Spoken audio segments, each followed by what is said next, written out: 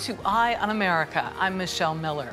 Today we feature people working to make both our country and world a better place to live. In Colorado, a new law makes workplace pay inequality illegal. And in Washington, D.C., we meet an evangelical activist sounding the alarm on climate change. But we begin with NBA superstar Steph Curry and his wife Ayesha talking about their Eat, Learn, Play Foundation. The charity has raised millions for the Oakland Unified School District since its founding in 2019. Dana Jacobson speaks with the enterprising couple about their ambitious new fundraising goal.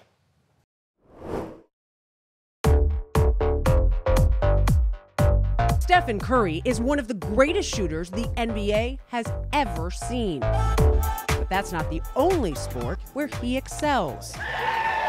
Playing golf with both passion and prowess. Are you kidding me?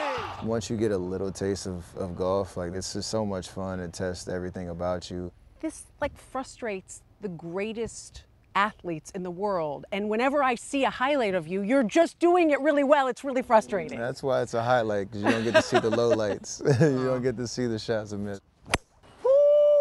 It's cool to raise the awareness of the game that I've loved. Even Ayesha's, into it now and as obsessed with it as I am. So it's pretty awesome to know it keeps on giving.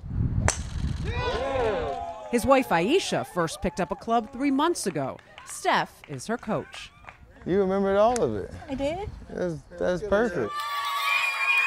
The Curry's charity, Eat, Learn, Play, focuses on transforming Oakland's public schools. Launched in 2019, they've delivered 25 million meals, revitalized 12 play spaces, and invested $6 million in literacy programs. Hey, we really want to say thank you. This golf tournament is aimed at fundraising, but focused on fun. You know what happens when he gets dialed in. Like Tahoe, this ball could actually go in. It's all part of the Curry's new effort to raise $50 million in the next 3 years to help some 35,000 kids thrive. $50,000, bidder number 65. $50 million is what you want to raise to go towards the school district. It's a lot of money. These kids that deserve an opportunity to achieve their full potential, especially from the Black and brown community, understanding where kids are falling behind, trying to do our part in a meaningful way. A quality meal, a safe place to play, and access to books. It's the fact that these are 3 very simple things in life that every child should have access to. And so when you're not afforded those things, it's how can I even dream? The Currys are committed to helping kids dream big by igniting creativity, from sponsoring fun runs to trips to the ballpark. Special shout out to our Eat, Learn, Play kids. And if you ever doubt yourself for a second, I want you to know that you have 2 people in your corner always that believe in you. And believing in pride of ownership, they ask the kids for input on playground designs. Is there a little part of you that you guys go back to the kid moments when you see a playground like that? Absolutely. Yeah. I mean, that's where you met most of your friends, build confidence and a sense of community. Imagination, adventure. Find her. That includes taking a plunge to promote the cause. To help spark a love of reading, they provide books reflecting Oakland's diversity. The Currys cover all of the charity's operating costs, so every dollar raised goes back into the community. Anil Bushri is the chairman of Workday, the software firm sponsoring the tournament, which raised more than $2 million this year. I've been to a couple of the playground builds with Steph. It's incredible.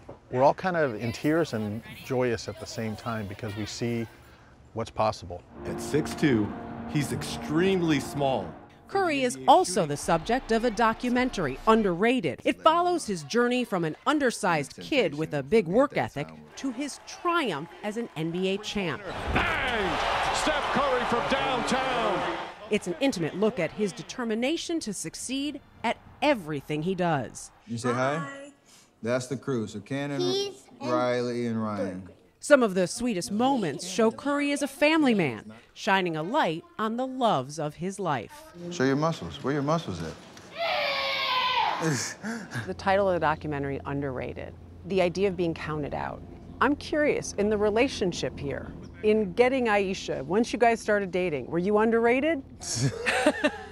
It's a great question. I told her I would be in the area, and she reached out to me, gave me her number, and that's how I remember it. My number, but you reached out initially. Bottom line, you're two young people. Yes. Ready for love. Yes.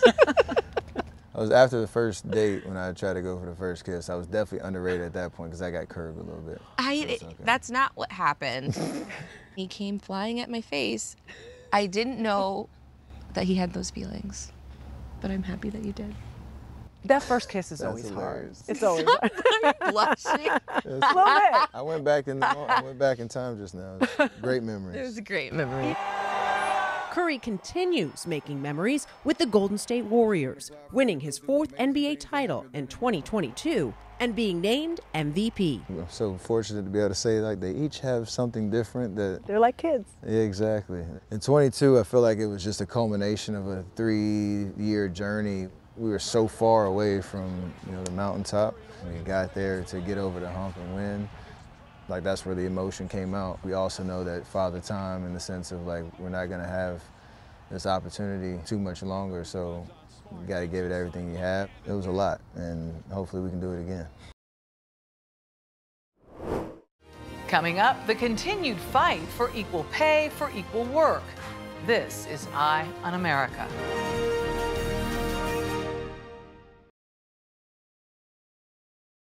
Welcome back. The Equal Pay Act was signed into law by President Kennedy more than 60 years ago, but the struggle for pay equality between sexes still persists. Today, women earn 84 cents for every dollar paid to their male counterpart on average. Barry Peterson looks at a new law in Colorado that could be an end to the disparity. A ticking bomb. In 1963, equal pay became U.S. law, as this government TV commercial explains, with a 1960s assist from Batgirl. I've worked for you a long time, and I'm paid less than Robin. Same job, same employer means equal pay for men and women. No time for jokes, Batgirl. It's no joke. It's the federal equal pay law. Holy act of Congress! Back then, women earned an average of about 59 cents for every dollar men earned. Fast forward, after decades of protest, there may be more rights for women, but there is still no equal pay. Today, women only earn about 84 cents on the dollar. What does that say to you about a woman's place in the workforce? It says you're not valued. It says... Not as valued. Yeah. Or not valued. Both. Michelle Seamer knows this well. Her job at Vail Resorts meant supervising men who worked for her, but who she says got paid more than her. I've brought this to the company's attention, and they're failing to fix it. And I get told that this is corporate America. This is the way things happen in corporate America. This would be an appropriate conversation for roughly 1950. But I'm stunned that we're having this conversation still today. Why is this still going on? I wish I could explain the why, but it is still very much an issue that needs to be addressed. And Louise Meyerland of the Women's Foundation of Colorado is making sure it is addressed. She and other women lobbied Colorado's legislature and won America's first wage transparency law that took effect in 2021.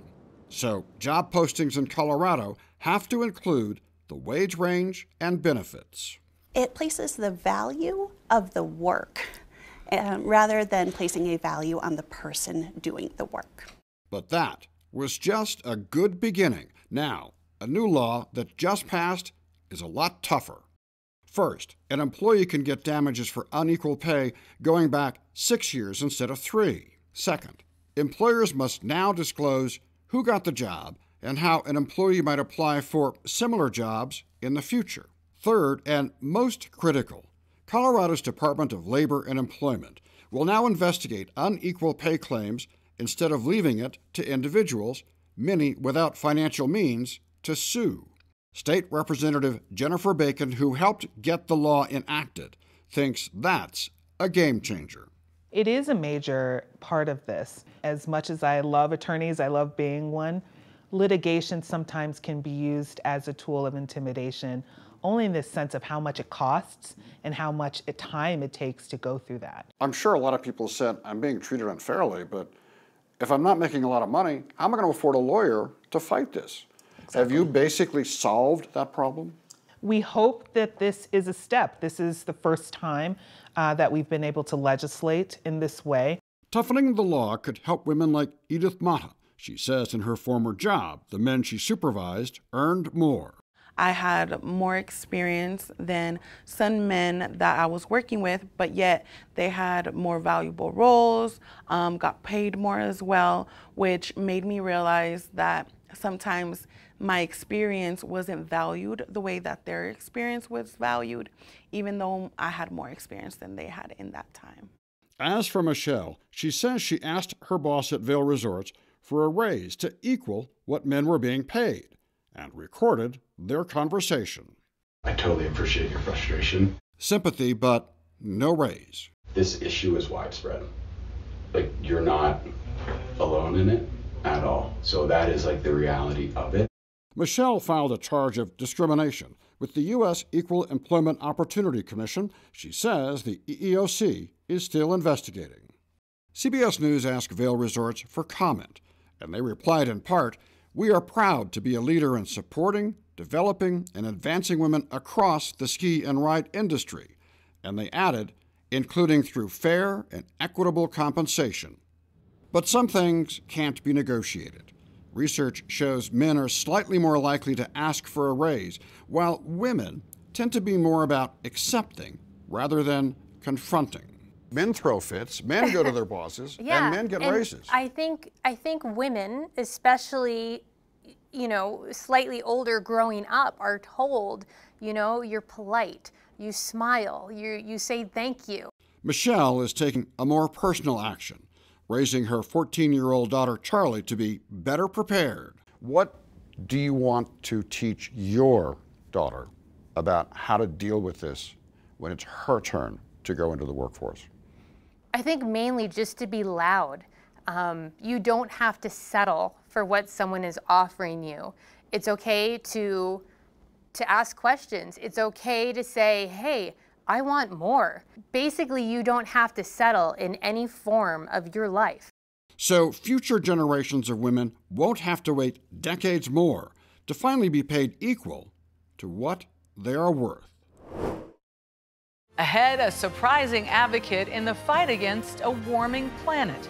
That story is next. We close our show with a story of turning skeptics into believers. Only 32% of evangelical Americans say the Earth's warming is due to human activity, according to a recent Pew survey. One young woman has made it her mission to educate her evangelical community about climate change. Adam Yamaguchi meets the activist who says she's bridging the communication gap between faith and science. Your polluted system's got to go! Hey, hey! Ahead of the UN General Assembly in New York, youth activists flooded the streets, calling to end the use of fossil fuels. Among them, the group Faith Hub and member Elsa Barron. People are praying for the extreme heat to end. The climate research fellow more than hopes that this summer's weather could help change the minds of climate skeptics. My faith tradition calls me to stewardship, or responsible care for this beautiful world we inhabit. Elsa's made it her mission to help spread the gospel within her own community of evangelical Christians, who are, as a group, the most skeptical Americans when it comes to climate change. What sort of tension do you feel within that community? There's a lot of emphasis on sort of God's divine care for the world and his good plan for the world. And so some people kind of take that and say, you know, if you think the world is at risk, then maybe you don't have enough trust or faith in God. So Elsa's speaking to her community the best way she knows how, by quoting from the Bible.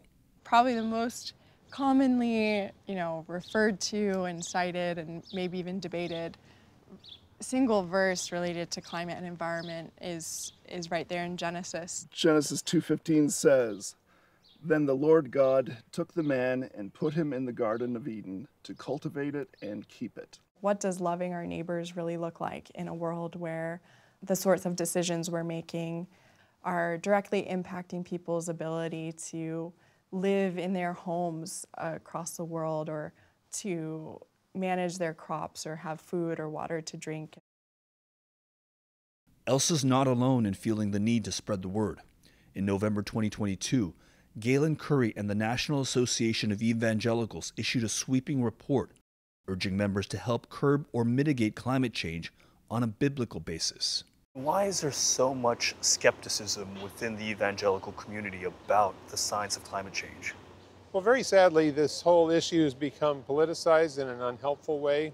And they say, oh, well, if I'm conservative then, or if I'm Republican or whatever, then I must be opposed to this stuff.